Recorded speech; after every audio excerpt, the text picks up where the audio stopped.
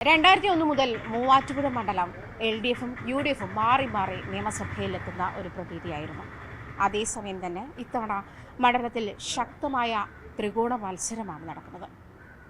NDAക്ക് Sunny Thomas Kadoothazhe NDAയുടെ സ്ഥാനാർത്ഥിയായി എത്തുകയാണ്.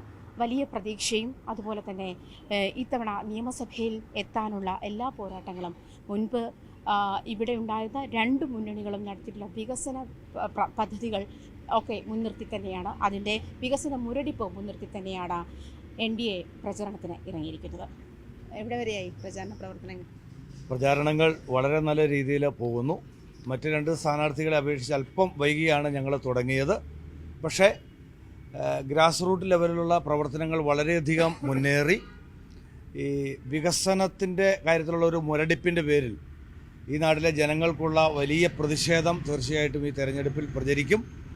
മണ്ഡലത്തിൻ്റെ വിവിധ ഭാഗങ്ങളിൽ ഞങ്ങൾ യാത്ര ചെയ്യുമ്പോൾ 2020യുടെയും BJPയുടെയൊക്കെ നേതാക്കളുടെ ഒപ്പം പര്യടനങ്ങൾ നടത്തുമ്പോൾ യാത്ര ചെയ്യുമ്പോൾ ജനങ്ങളുടെ വലിയ ആവേശകരമായ സ്വീകരണവും അവരുടെ വലിയ സപ്പോർട്ടുമാണ് ലഭിക്കുന്നത്. കാരണം കക്ഷി രാഷ്ട്രീയത്തിന് അതീതമായിട്ട് ആളുകൾ കൂടെയുണ്ട്. കാരണം കഴിഞ്ഞ 10-20 വർഷങ്ങളായിട്ട് ഈ മണ്ഡലത്തിൽ അനുഭവപ്പെടുന്ന വികസന മുരടിപ്പ് അതാണ് കൂടുതലായിട്ട് ജനങ്ങൾ അഡ്രസ്സ് ചെയ്യുന്നത്. പ്രത്യേകിച്ച് തെരഞ്ഞെടുപ്പ് കാലത്ത് മൂവാറ്റുപുഴയിൽ ഉയർന്നു വരുന്ന 3-4 ബൈപ്പാസുകളുണ്ട്.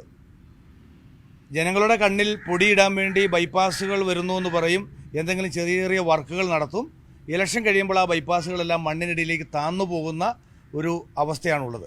അപ്പോൾ ഇതിനെതിരെയൊക്കെ ജനം പ്രതികരിക്കും. തീർച്ചയായിട്ടും ആ വികസനത്തിന് വേണ്ടി ഒരു വോട്ട്, മുന്നേറാൻ മൂവാറ്റുപുഴ എന്നുള്ളതാണ് ഞങ്ങൾ ഉയർത്തുന്ന മുദ്രാവാക്യം.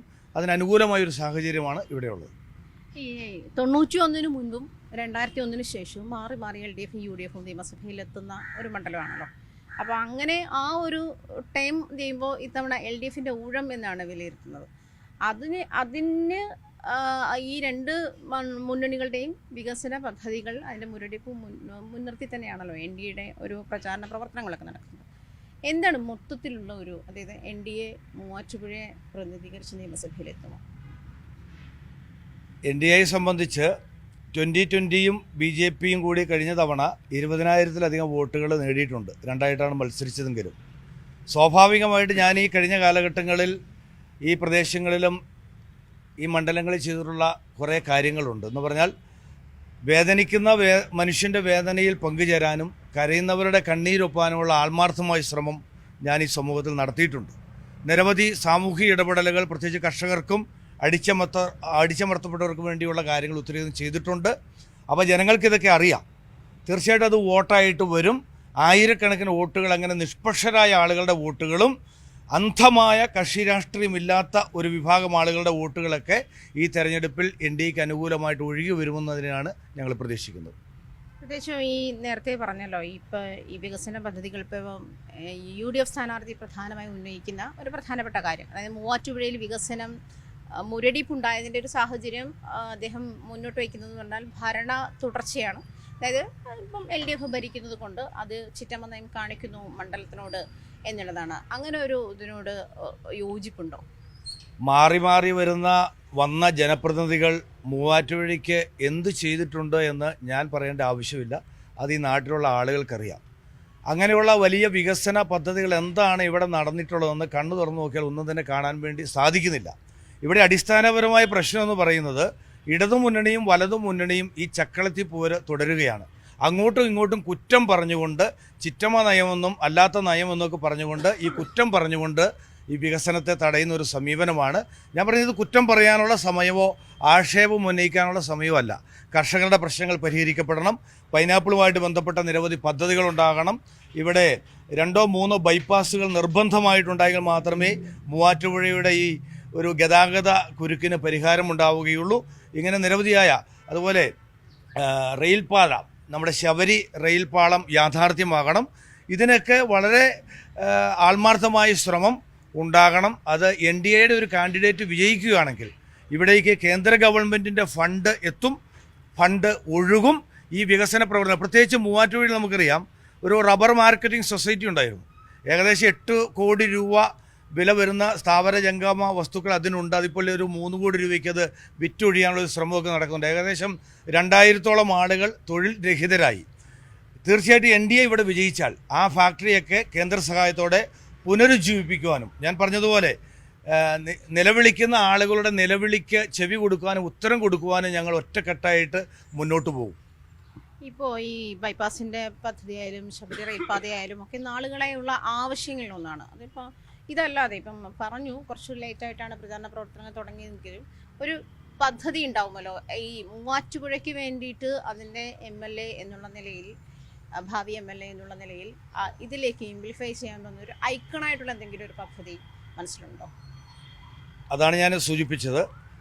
6-7 പ്രവർത്തന പദ്ധതികൾ, സമീപനങ്ങളാണ് ഞങ്ങളുടെ മുൻപിലുള്ളത്. മൂവാറ്റുപുഴ മണ്ഡലത്തിൻ്റെ സമഗ്രമായ വികസനമാണ് ഏറ്റവും പ്രധാനപ്പെട്ട കാര്യം. പ്രത്യേകിച്ച് അഡ്രസ്സ് ചെയ്യപ്പെടേണ്ട കാര്യം ഇവിടുത്തെ കർഷകരുടെ പ്രശ്നങ്ങളാണ്. വിലയിടിവ് മൂലം പ്രത്യേകിച്ച് ഭൂരിപക്ഷവും പൈനാപ്പിൾ കർഷകരാണ്. ചില സമയത്ത് അവർ വിളവെടുക്കുന്ന സമയത്ത് 1 കിലോഗ്രാമിന് 10 രൂപ പോലും ലഭിക്കാത്ത ആർക്കും വേണ്ടാത്തൊരു സാഹചര്യമുണ്ട്. തീർച്ചയായിട്ടും അതുകൊണ്ട് ഇവിടെ നടുക്കരയിലൊരു ഫാക്ടറി, ജൈവ ഫാക്ടറി ഉണ്ട്. അത് തകർന്ന് നാമാവശേഷമായിരിക്കുന്നു. ആ ഫാക്ടറി പുനരുജ്ജീവിപ്പിക്കുവാനും മൂല്യവർദ്ധിത ഉൽപ്പന്നങ്ങൾ കൂടുതലായിട്ടുണ്ടാക്കിക്കൊണ്ട് ഈ പൈനാപ്പിൾ ഉൽപ്പന്നങ്ങൾക്ക് അന്താരാഷ്ട്ര വിപണിയിൽ സ്ഥാനം നേടിയെടുക്കാനും കഴിയുന്നത് വഴി മാത്രമേ കർഷകരുടെ കണ്ണീരൊപ്പാൻ കഴിയുകയുള്ളൂ. ഏറ്റവും പ്രധാനമായിട്ട് വിശാലമായ അർത്ഥത്തിൽ ഞങ്ങൾ ഉദ്ദേശിക്കുന്ന പ്രധാനപ്പെട്ട ഒരു പദ്ധതി അതാണ്.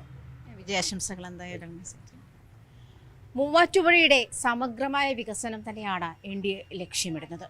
അതിന് നിരവധി പദ്ധതികളും NDA സ്ഥാനാർത്ഥിയുടെ മുന്നിലുണ്ട്.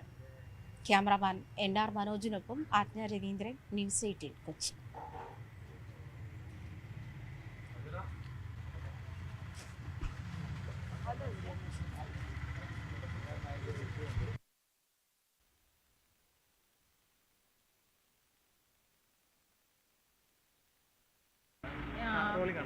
മൂവാറ്റുപുഴയിൽ പ്രധാനമായിട്ടും ഉന്നയിക്കപ്പെട്ടൊരു പ്രശ്നമാണല്ലോ മുറിക്കല്ല് പാലത്തിൻ്റെ ഇനാഗുറേഷനും അതുമായി ബന്ധപ്പെട്ട പ്രശ്നങ്ങളൊക്കെ. അതിനെന്തെങ്കിലും പരിഹാരം NDA ഈ മണ്ഡലത്തിൽ നിന്ന് നിയമസഭയിൽ എത്തുകയാണെങ്കിൽ അതിനെന്തെങ്കിലും പരിഹാരം ഉദ്ദേശിക്കുന്നുണ്ടോ? ചോദ്യം നന്നായി. ഞാൻ നേരത്തെ പറഞ്ഞ പോലെ തെരഞ്ഞെടുപ്പ് സമയത്ത് ഉയർന്നു വരുന്ന ഈ ആശയങ്ങളിലൊന്നാണ് ഈ മുറിക്കല്ല് പാലം. ഏകദേശം 10-11 വർഷങ്ങൾക്ക് മുൻപ് പ്ലാൻ ചെയ്ത ഒരു പദ്ധതി. അത് പാലം മാത്രം പണിതിട്ട് ഈ മാറി മാറി വന്ന MLAമാരുടെ കാലഘട്ടത്തിലൊന്നും അതിന് ഒരു അപ്രോച്ച് റോഡ് ഉണ്ടാക്കാനോ ആ പാലം, ആ റോഡ് ഉപയോഗയോഗ്യമാക്കുവാനോ കഴിഞ്ഞിട്ടില്ല. ഈ കഴിഞ്ഞ ദിവസം ഒരു ഉദ്ഘാടനം നടത്തി. എന്തിനോ വേണ്ടി തിളയ്ക്കുന്ന സാമ്പാർ എന്ന രീതിയിൽ ഒരു ഉദ്ഘാടനം നടത്തി. എന്തിനാന്ന് നടത്തിയവർക്കും ഇതുമായിട്ട് ബന്ധപ്പെട്ടവർക്കും അറിയില്ല. ഇലക്ഷൻ വരുമ്പോൾ ഇങ്ങനെയുള്ള ആളുകളുടെ കണ്ണിൽ പൊടിയിടാനുള്ള തന്ത്രങ്ങളുമായിട്ട് ഇറങ്ങുന്നു. ഇലക്ഷൻ കഴിയുമ്പോൾ ഇതെല്ലാം മറക്കുന്നു. അതാണ് ഇവിടെ നടക്കുന്നത്. അതുപോലെ തന്നെ റബ്ബർ വിലയിടിവ് മൂലം കർഷകർ നട്ടം തിരിയുകയാണ്. തീർച്ചയായിട്ടും ഈ NDA ഇവിടെ അധികാരത്തിൽ വന്നാൽ കേരളത്തിൽ മതിയായ സീറ്റുകളിലേക്ക് ജയിക്കാനുള്ള സാഹചര്യം ഉണ്ടായാൽ തീർച്ചയായിട്ടും അതിലൊക്കെ സത്വരമായ നടപടികൾ കേന്ദ്ര ഗവൺമെൻറ് സ്വീകരിക്കും. അതിനുള്ള എല്ലാ നടപടികളും അതിനുള്ള എല്ലാ ശ്രമവും എൻ്റെ ഭാഗത്തു നിന്നുണ്ടാവും. കൂടുതൽ വാർത്തകൾക്ക് news 18 Keralam YouTube channel subscribe ചെയ്യുക.